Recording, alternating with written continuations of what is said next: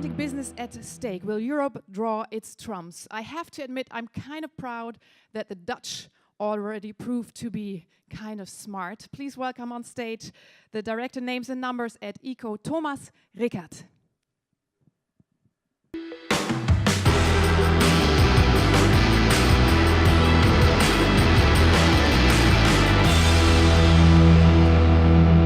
Good morning, everyone. I hope you're feeling all right. I hope you had a great party last night. And by President Trump's standards, I think we filled the place. So I have a great panel with me. And so please do welcome Astrid Oosenbrug. She has been a member of the Dutch Parliament until a couple of days back. Yes. And she's an expert in internet policy. And she has a technical background, which is sort of rare in the political sphere. So we're very eager to hear from her. Then we have Jimmy Schulz. Jimmy is, or has been a member of the German Parliament from 2009 to 2013. And he's now sort of eager to get back in. And he's campaigning heavily in Bavaria. And so let's see what the elections are going to bring for him. So hopefully we're going to see him back in the Parliament later this year. So, third person on stage is Peter Schaar. Peter is the former Federal Data Protection Commissioner in Germany, so he's an expert in data protection, and he's been looking at transatlantic consequences of data protection quite a bit. And today he's chairman of the European Academy for Freedom of Information and Data Protection. So he's an expert in the field. And why are we talking about data protection? Because data protection is a topic that's going to keep us busy for the months to come. As you might know, we had a lot of hiccups with Safe Harbour, the Privacy Shield succeeding agreement, and then there is the GDPR coming up in May 2018, which is the General Data Protection Regulation, which is going to impact businesses on both sides of the Atlantic quite a bit. So the way we've structured this talk is that Peter is going to say a few introductory words for a few minutes to set the scene for what we have or what we can expect to happen, looking backwards but also looking forwards. And then we're going to discuss how Europe can draw its trumps, no pun intended, of course, but we're trying to find out what the USPs for Europe are, for the European marketplace, but also we're trying to discuss what businesses in America can do to continue doing business over here, and why this might be a good or not so good place to do business in or with. Just as a heads up, after this discussion, we're going to continue the dialogue at the ECO, at the ECO booth, at the booth of the Internet Industry Association ECO. That's S18 in the ballroom. So we're going to have another discussion at 2 p.m. and then a third discussion at 4 p.m. And while this morning we're discussing transatlantic business, in the afternoon we're going to have one session on IT security, and then we're going to have one session on data retention, a topic that's also popping up like a whack-a-mole in various jurisdictions, every now and then. So we're trying to get our heads around those topics as well. Please come and join and continue the fun. And these are going to be quite interactive sessions, at least we do hope so.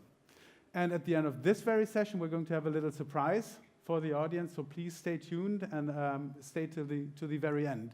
And without any further ado, I'd like to hand over to Peter for his introductory remarks. Peter. Thank you very much, Thomas. Privacy, the idea of privacy was invented in the United States, not in Europe. It were two famous lawyers, Brandeis and Warren, who wrote an article on the right to privacy in 1890, more than 100 years ago. That was a starting point of the history of data protection. The modern data protection legislation came or started in the 1970s, and we had very similar discussions on both sides of the Atlantic.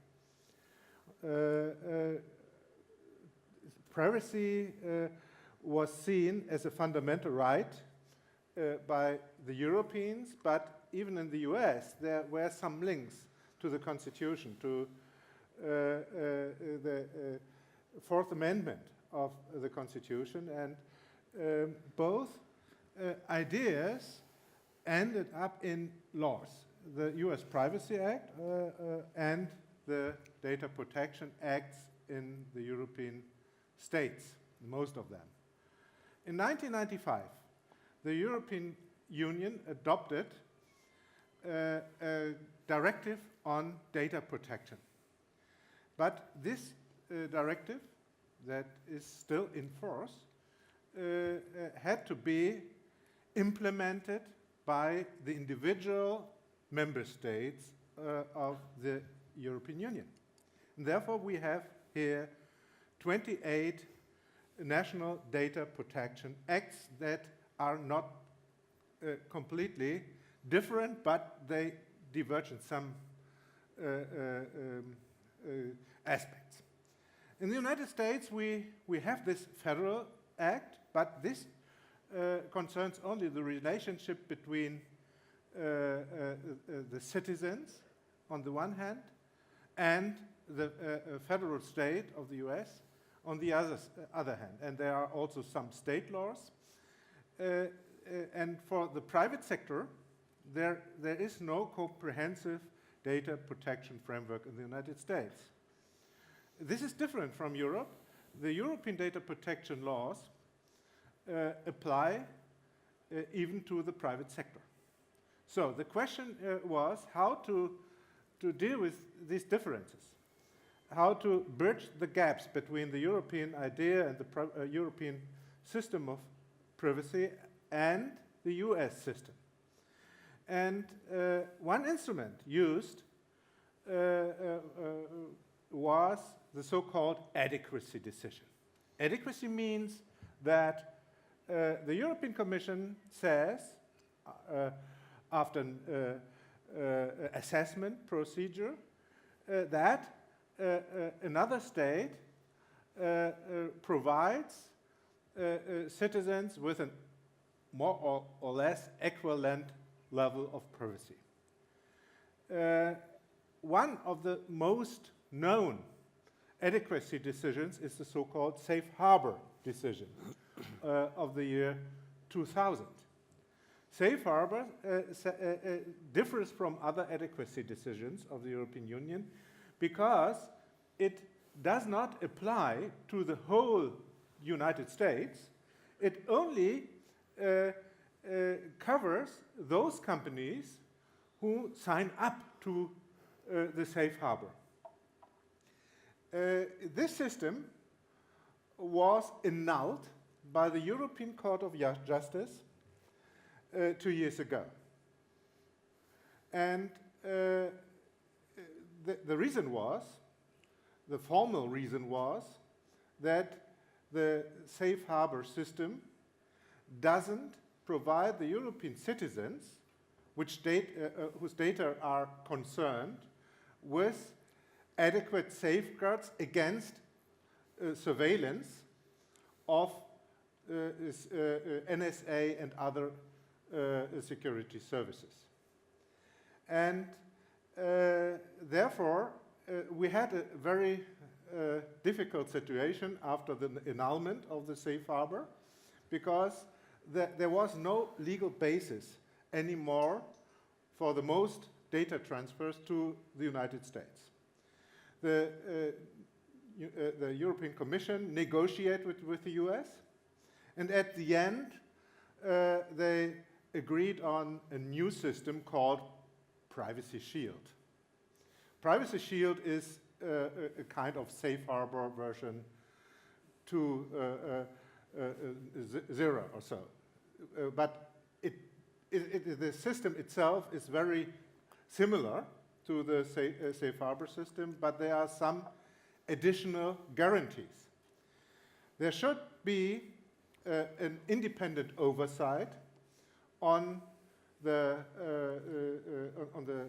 use of European data by US authorities like the NSA. An ombudsperson should be appointed, and he was appointed, an ombudsman, the Vice Secretary of Commerce. and there had been installed the so-called Privacy and Civil Liberties Oversight Board. This Privacy and Civil Liberties Oversight Board had access to all files of secret services like CIA, NSA, and whatever, and FBI, and they could carry out audits. So, a third thing was, or second perhaps, that the European citizens should have the right to, of redress against the processing of their data by US authorities. The US Parliament, Senate, as well as the House, adopted a Judicial Redress Act, giving some remedies to European citizens. So, what happened after the change of the US administration? One of the first executive orders the new President Trump signed was an order for enhancing public safety. And this new order takes away, or has taken away, the protection of European citizens, or non-American persons, saying, non-American persons, by the US Privacy Act, taking away. All US authorities have to clarify and have to change their policies in a way that non-US persons are not protected anymore. That means that only those who are US nationals or who are in the United States on a legal, with a legal title can or are protected by this Federal Privacy Act. Secondly, 4 of the 5 members of the Civil Liberties, Privacy and Civil Liberties Oversight Board left. So, they cannot adopt any decision. They cannot apply for funding. They cannot carry out real audits anymore because this board is near to death. Near to death. And the ombudsperson vanished too.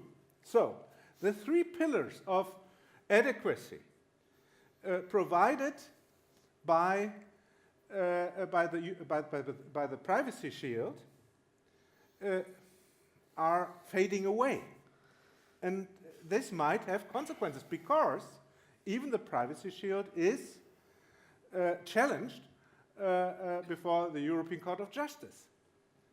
And the European Parliament adopted a resolution last week that questioning whether the US Privacy Shield offers or guarantees an adequate data protection for European citizens. And I share the doubts.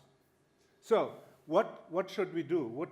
What could happen in the future if the European Court of Justice announces even this new system?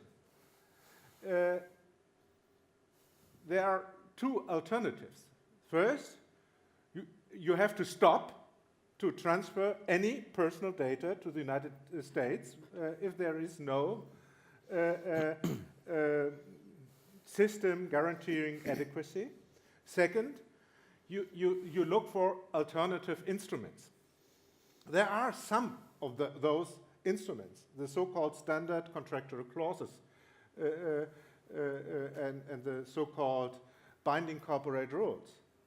But they guarantee privacy or an adequate level of privacy only in a formal way. The substantial problem that European data is not well protected against access of governments isn't solved by these instruments. So we should advocate, even in the United States, for a better protection for the data coming from Europe. And on the other hand, we need additional safeguards. So, you know that the new regulation on data protection adopted by the European Parliament last year comes into force next year, in 2018. And this new regulation gives the data protection authorities much more power than they have today. They can impose fines up to 4% of the global turnover of a company. This is much more, 100 times more than they can do today. So, at the end, we have to keep data protection and privacy as a very important issue, and we have to consider which instruments can protect data as well as the businesses based on data, even if the legal system is not stable as it should be. So, that's my introduction. Thanks very much. Thanks very much, Peter. Now, yeah, let's give him a round of applause. Now, that's a quite gloomy view on what will potentially happen. But since we wanted to look at the trumps that Europe might have, Astrid, do you think that data protection is just adding complexity for businesses and is an impediment for growth? Or do you see something positive in it? Well, I think we have getting in the same problem in Europe too, because everything we do with data, the government thinks we have to collect it because there can be terrorists or whatever. So I think we're getting on the same road if we don't stop it now.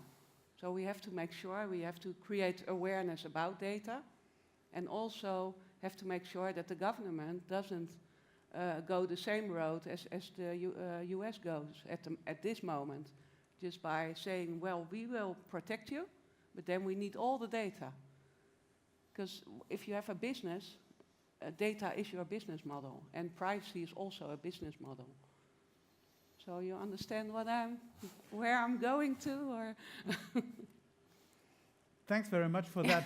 And I think we're on the same page that we need to raise awareness. But Jimmy, moving on to you, if you as a German politician want to pitch for the European marketplace, and the only topic that you can speak about is data protection, how would you pitch to companies to come and do business in Europe?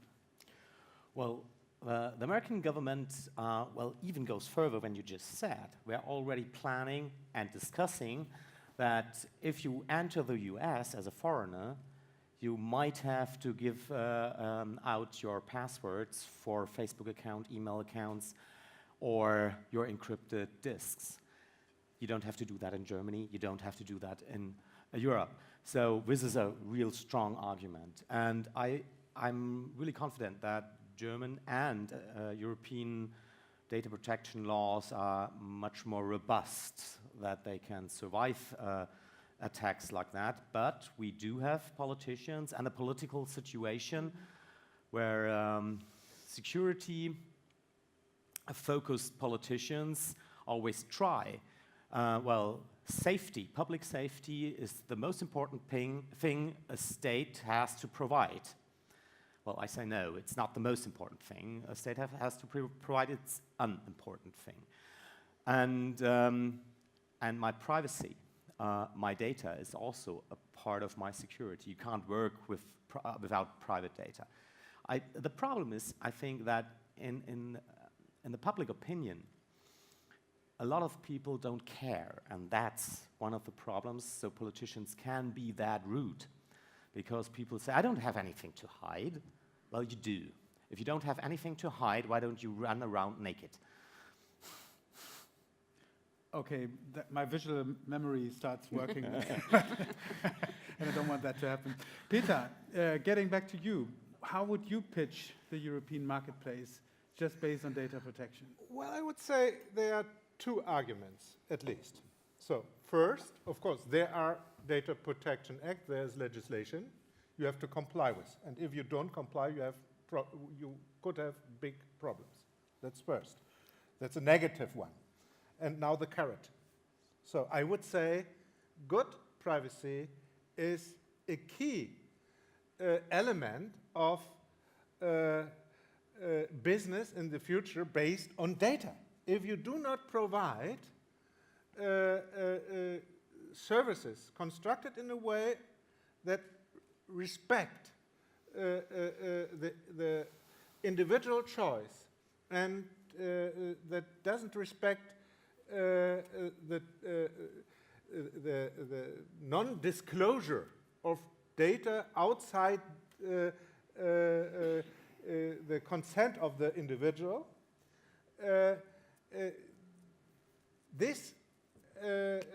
such business models that do not respect privacy are not so successful. They cannot gain trust.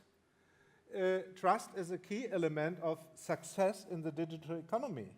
And in many cases, customers can go to another service provider who is offering a better solution, protecting better your personal data. So I would say the stick is the legislation and the fines and the oversight by the data protection authorities, and the carrot is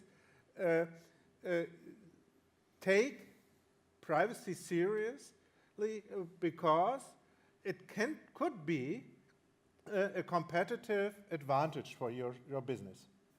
Yeah. Jimmy, you want to follow up on that? I'd just like to jump in. Where are the chances, whereas the advantage, where can put the negative into the positive is if the US acts like that, just say, okay, get all your data into the European Union. We are now the worldwide safe harbor for your data, which might be one of the USPs we can sell. And I'm going even further. I'm trying to get a law which is, I call the right for cryptography. I will plan a law that I will force every supplier of or ISP or any service provider for communication forums that they have to encrypt their standard way of communication, their default way of communication on an end-to-end basis with open software and open protocols. So it's tap-free, and it's according to the German Constitution, Article 10, the right of privacy of communication. And it's just a law protecting that fundamental law and right of your privacy. So every communication in Germany then will be on default level, encrypted end-to-end and secure, which is the best way to protect you and your privacy. Astrid, you wanted to add to that? I just got out of Parliament because there's a bit of schizophrenia in there, because we make a law, it says if you leak data, you have to pay, you have to be careful for privacy, and then we have this other law that says if I'm from the government, I can just hack your computer, I can take every data I want, and even from the business. So, but we're not going to tell whatever business that we're putting on some malware on your systems. So I thought, how can you make laws and say you should use encrypt all your files, and you should do this, and you should take care of your customers, and then on the other hand, the same government says, but we are going to take the data whenever we want, in any way we want, because I think there's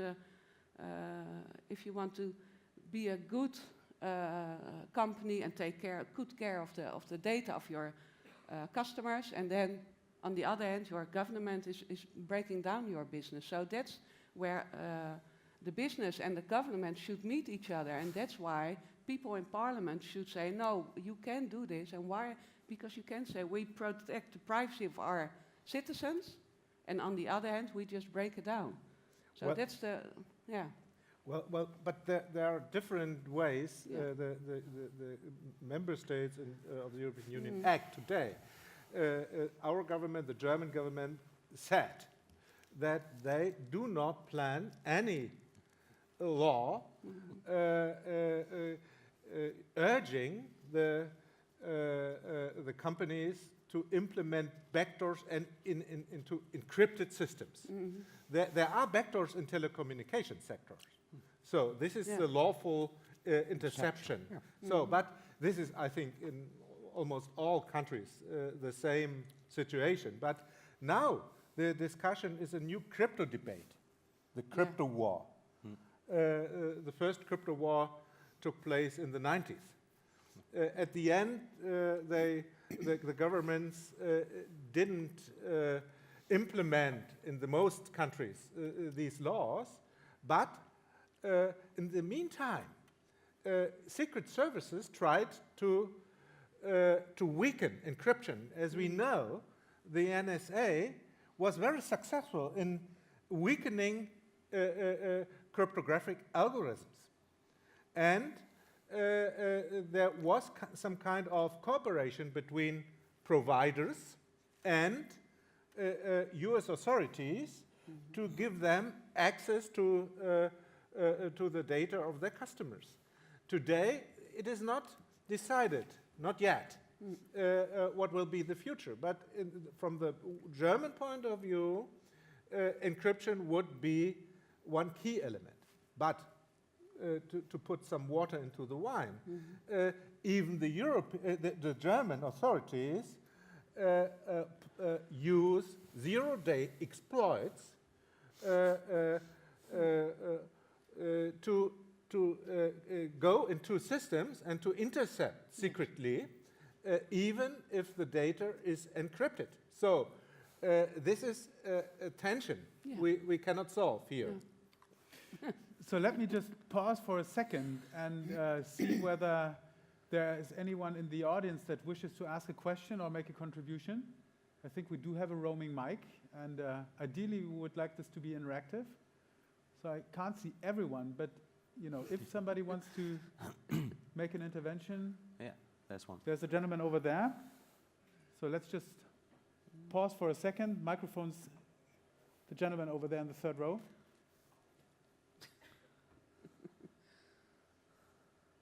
But you can throw them.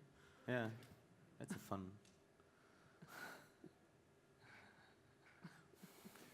And I would very much like you to state your name and the company that you're with, if any. Okay, first step is you have a microphone. Now we need to make it work. Is it on? You just get mine. Wait, running over. I won't throw this one. You understand, right? Yeah. Thanks. My name is Michiel Steltman, Director of the Digital Infrastructure Association in the Netherlands.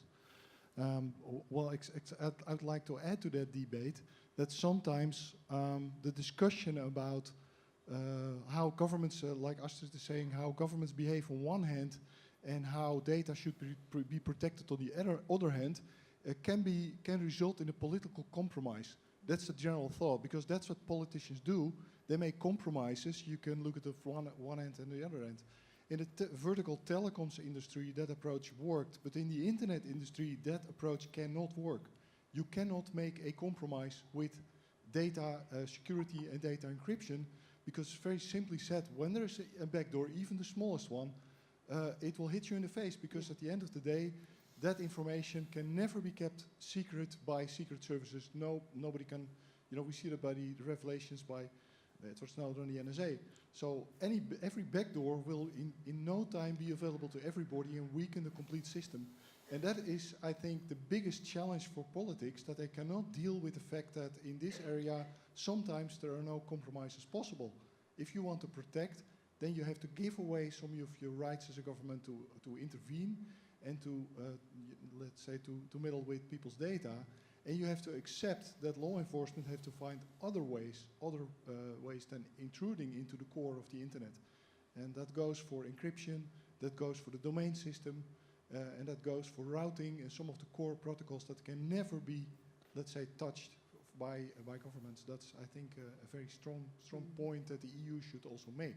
Make that, kill that decision, kill that discussion, make the fundamental core value-based choice, and then leave it alone. And don't come back on that particular topic. That's, I think, a strong opinion that we have from the internet community.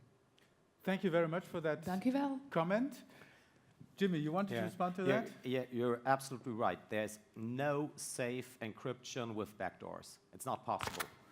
And governments which use zero-day exploits and then are surprised that the whole parliament is hacked, it's quite, astonishing. Well, some of the governments try to go before or beyond the encrypted systems. So that is the new method they try to implement. The Trojan horses on front-end systems and so on. So that is another threat to security as well as a data security as well as to data protection. Since I guess all of you have your mobile crystal balls on you, looking at the data protection regime, I understand that there is alignment in the panel and potentially in the room that data protection can be a unique selling point if it's done right, and if there's also data protection between the citizen and the government. And you're saying that Europe is quite advanced on that. We need potentially to improve in the area of protecting citizens from their own governments.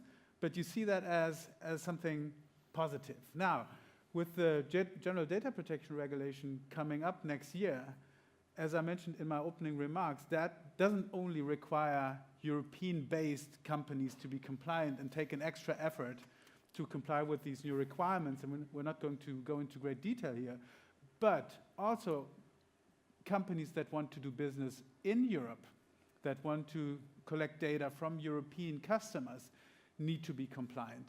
And then I guess the big question is, how do we encourage companies from abroad, and that's not only US, that applies to everyone throughout the world, to make that extra investment? Do you think it's, companies are looking at things commercially? And talking about data protection, somebody said earlier that we're trying to save customers that are not even aware of wanting to be protected, and they freely give all their personal data to almost everyone. So how do we convince companies to make that investment? And do you think it's likely that they will take the investment and that this will strengthen the marketplace? Or do you think, well, let's better not cover Europe, let's go elsewhere and try to make more business in emerging markets that might not have such strong regulations?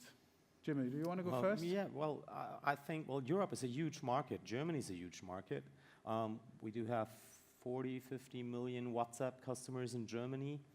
It's a huge market. And if they don't apply to German and European rules, well, you lose customers, 50 million. Astrid. Yeah, because when there was this little problem with WhatsApp, a lot of people switched to Signal and Trema and other, because they said, come to us, we protect your data. So I think it really is a unique selling point. I really think companies should be aware that people get more aware, because they do. It's better now than 5 years ago when I started in Parliament. People get more aware, and they also start thinking about all the data. But if you look at all the data that's already leaked, I'm not sure. But you can use it as a unique selling point and saying, I take care of it's your data, but I take care of it. It's just good, I think, doing good business. It's also a trust issue. Well, if I don't trust, like WhatsApp, I don't use WhatsApp anymore in my secret conversations. And maybe they have their stuff all together now, but, well, they didn't 2 years ago, so... Peter, before you jump in, do you think that there's sort of European thought leadership in the area of data protection? I would say yes, because Europe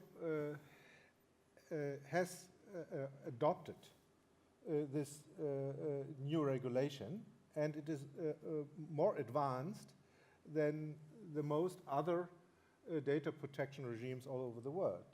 So one example for a successful business model is Microsoft and the German Telekom. They agreed on a common service. If you use the Microsoft cloud services, you can use a specific type of that. These services based in Europe, based in Germany, run by the German Telekom, and but nevertheless it's a Microsoft service. But Microsoft gave away the key for the access for governments to this data to the German Telekom. Therefore, even if U.S. courts urge Microsoft to give U.S. authorities access to this data, the company cannot do this because there has no direct access rights to this data. The access rights are situated with or given away to the German Telekom. So I would say this kind of agreements might be examples for successful cooperation between US companies and European companies, not only German ones. This new business model or collaboration between Microsoft and T-Systems actually stirred up some dust in Germany, at least in the tech scene, because Microsoft is basically providing an empty shell, and all the customer data, personal data that's in there can only be accessed by T-Systems. Do you think that these workarounds will be a role model for other companies? Yes, but then you have to make sure that government doesn't start with another law saying European. Yes, European law. So you have to be really be sharp as a politician. I keep saying this because you can make this perfect business model, and then government, European law gets in and says, well, but we also need to get our hands on the data. So. I think it's also it's a good move and it's a nice idea. I really like it, and it can be a good example for how it might work. But it's a workaround. Yeah? Well, we have to solve it on a political level, and on the other hand, the intelligence services try also to work around on an intelligent way. I just read an article this morning that the BND, the German intelligence service, foreign intelligence service, well, defines the communication which is deployed via satellites as not being on German soil. So, and space is a law-free zone, so we can do anything they want with data we can keep out of the sky. But also the fiber lines going through Germany are seen as transit lines and not German telecommunication, not covered by the secrecy of telecommunications. So what we need are politicians, parliamentarians who understand that and say, okay, you can't do that. Stop it now, and we have to do that. Awesome. That's a good final remark on that subject. Any further wishes from the audience to speak? There's Klaus Landefeld over here. He's first, and then we have the gentleman over there. So we've Which one was first? Oh, we're going to try that Klaus. one again. Klaus in the first row, and then there's the gentleman. That has to be the last one, unfortunately, because you still have a little surprise Yes, for the audience. We're going to be ready on time, so can I ask you to keep it brief? Please? Brief. Okay, yeah, I'll try my best. I wanted to ask the panel, you were discussing privacy and data protection now, but my view is that isn't that more of a general trend? So we see a lot of legislation, not only in the US, but also in Europe, from states being enacted, which threaten international business models in implementing their own national legislation, just so that you have to uphold the national legislation regardless of where you are. So that's not just for data privacy, but also for, we see that now enacted in hate speech, for example, fake news, whatever, all this stuff going on. So, and it's not only in Europe or in the US, but we have new laws in Russia, we have new laws in China, wherever. So they're all trying to enforce their national legislation. So are we talking about a renationalization on a global scale, which threatens the internet and the internet business models as a whole? I think we just leave that standing in the room as a comment. Fragmentation is a big issue. You know, it's at various levels. So thanks very much, Klaus, for that point. You can respond to that in the last round of comments, please. Thank you. My name is Oosenbrug from e-storage in the Netherlands. I have a question about privacy. So security is one thing, but privacy another thing. My concern is that big companies are collecting lots of data of us as if it as person, and and there are profiles of me as a person on the internet. So my identity is something in the internet, but I don't know what it is. I cannot change it. So how can we protect against profiling, against selling my data? How can I get grip of my own data? Thanks very much for the question. I'll ask Peter to respond to that briefly, if you can. Well, there are some provisions in the new regulation dealing with profiling. But nevertheless, there are two key elements that we need. First is privacy by design. That means that systems has to be constructed in a way that is privacy friendly and protects your data from profiling by third parties. But if you give your consent to profiling, it's your choice, of course, and you cannot draw it back to yourself. So that's a problem. Second issue is transparency. Transparency of business models, transparency on the use of the data, for which purposes, and therefore we need a combination between individual rights, technological means, and transparency. I think these are the three keywords that matter. Thanks very much, Peter. Now, I'd like to ask the two of you for some concluding remarks, leaving data protection aside, because we've been discussing this quite a bit. Do you think that the European marketplace is doing enough to stimulate innovation? Or do politicians to come up with a more amicable and friendly regulatory environment to stimulate that? Keep it short to 1 or 2 sentences. Who wants to go first? No. Jimmy? No. Okay, that's fine. I guess that's the shortest response I ever got from a politician, and that's quite nice. Astrid. Well, I think I really have to agree on this one, so my answer would be no. Okay, so we're in good shape, and that I guess that sounds great. One thing that I wanted to add is that if you look at Europe, and unfortunately at the moment there are tendencies to tear it apart, but it brought us the longest period of peace in history. So that's one thing, but also since this was based on mutual benefit, I think Europe is quite good at doing deals, to use this term that's all around at the moment, that are of mutual benefit and that just don't dump ideas on your counterparts. So I think if Europe is deploying that at the commercial level, doing international business or treaties and what have you, I think we would be in a good way. So as I said earlier, we have a little surprise for you, and this is only going to take like 2 minutes. Can I ask Klaus Landefeld and David Snee to come up on the stage? And we also have a little table, don't we, that we can bring up here. David is the chairman of the board of the Internet Infrastructure Coalition, which is an association in North America that takes care of the interests of the IT industry and the internet industry specifically. Klaus is a board member of ECO, the Internet Industry Association, based in Germany, but which runs the DKIC, which many of you will know. And this organization has more than 1,000 members from more than 60 countries.